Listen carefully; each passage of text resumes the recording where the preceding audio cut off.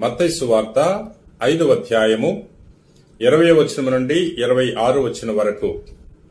ధర్మశాస్త్ర బోధకుల కంటే పరిసయ్యుల కంటే మీరు నీతిమంతమైన జీవితమును జీవించరనే తప్ప పరలోక రాజ్యమున ప్రవేశింపరని చెప్పుచున్నాను. నరహత్య చేయరాదు, నరహత్య కావించువాడు తీర్పునకు గురియగునని పూర్వులకు శాసింపబడిన మాట మీరు వినియున్నారు కదా. నేనిప్పుడు మీతో చెప్పినది ఏమనగా, తన సోదరునిపై కోపపడువాడు తీర్పునకు గురియగును. తన సోదరుని అవమానపరచువాడు న్యాయసభ ముందుకు వచ్చును. తన సోదరుని అవివేకి అని పిలిచినవాడు నరకాగ్నికి లోనగును.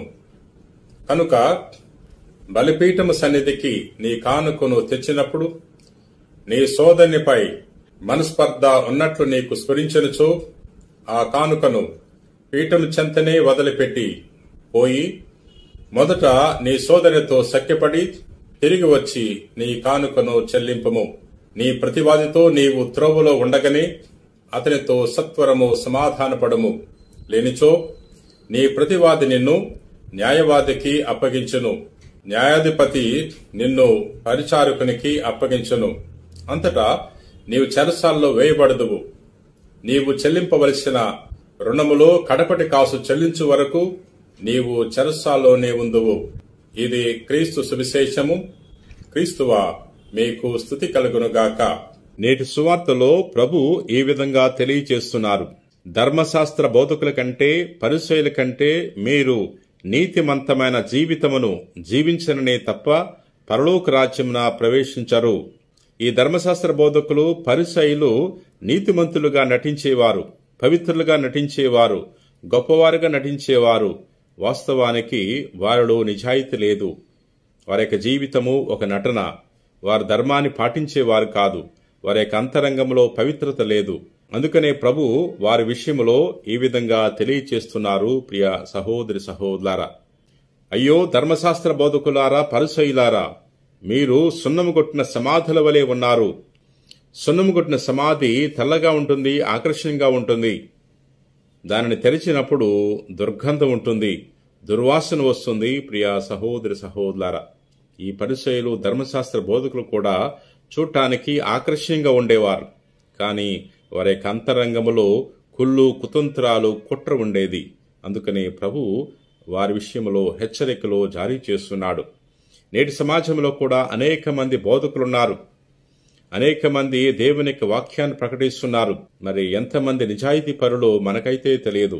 ప్రభు మనకు తెలియచేసేది ఏంటంటే, మీరు ధర్మశాస్త్ర బోధకుల బోధలను ఆలకించండి, పాటించండి, కానీ వారి యొక్క జీవితాన్ని మీరు అనుసరించొద్దు. ఎందుకంటే వారు బోధించేది దేవుని యొక్క వాక్కు కాబట్టి. మనం కూడా మన యొక్క దైనందిన జీవితంలో దేవుని యొక్క వాక్కును ఆలకించి పాటించాలి. దేవుని యొక్క వాక్కును ఎవరు ప్రకటించినా దానిని స్వీకరించాలి. కానీ వ్యక్తులను మనం అనుసరించకూడదు, వ్యక్తులను ఆరాధించకూడదు అనే విషయాన్ని మనం నేర్చుకోవాలి.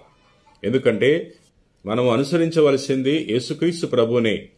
మరే వ్యక్తిని కూడా మనం అనుసరించవసరం లేదు, ఆరాధించవసరం లేదు. ప్రియ సహోదరి సహోదరులారా, నేటి సువార్తలో ప్రభు మరొక విషయాన్ని తెలియజేస్తున్నాడు.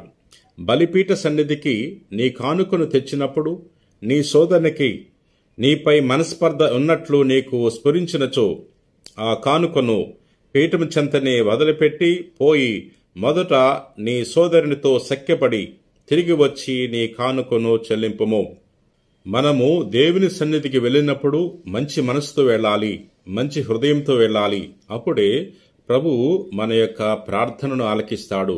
అప్పుడే ప్రభువు మన యొక్క కానుకను స్వీకరిస్తాడు. ప్రియ సహోదరి సహోదరులారా, మన యొక్క మనసులో ద్వేషము, పగ, కుట్ర పెట్టుకుని దేవుని సన్నిధికి వెళ్ళి కానుకలు సమర్పించినా, మనం సమర్పించే కానుకలు ఎంత పెద్దవైనా దేవుడు స్వీకరించాడు. దానివల్ల ఎటువంటి ప్రయోజనం లేదు. ప్రియ సహోదరి సహోదరులారా, ప్రార్థన చేసుకుందాం. పరిశుద్ధుడవు, పరిశుద్ధుడవు, ప్రేమ కలిగిన ప్రభువా, దయగిన సర్వేశ్వర, నేటి వాక్యం ద్వారా మాకు ఒక గొప్ప సందేశాన్ని దయచేసినందుకు వేలాది వందనాలు. ప్రభువా, మేము వ్యక్తులను ఆరాధించకుండా నిన్నే ఆరాధించి నీ వాక్యాన్ని పాటించే గొప్ప విశ్వాసాన్ని మనసును మాకు దయచేయండి. మానవ సంబంధాలను మెరుగుపరుచుకోవటానికి మాకు కావలసిన ఆత్మవరములను దయచేయమని ప్రార్థన చేయుచున్నాం. ఈ రోజున ఎవరెవరైతే ఈ వాక్యాన్ని ఆలకించి ప్రార్థన చేయుచున్నారు అటువంటి వారందరినీ కూడా నీ కృపావరములతో దీవించమని మా నాథుడైన క్రీస్తు ద్వారా మనవి చేయుచున్నాం తండ్రి. ఆమెన్.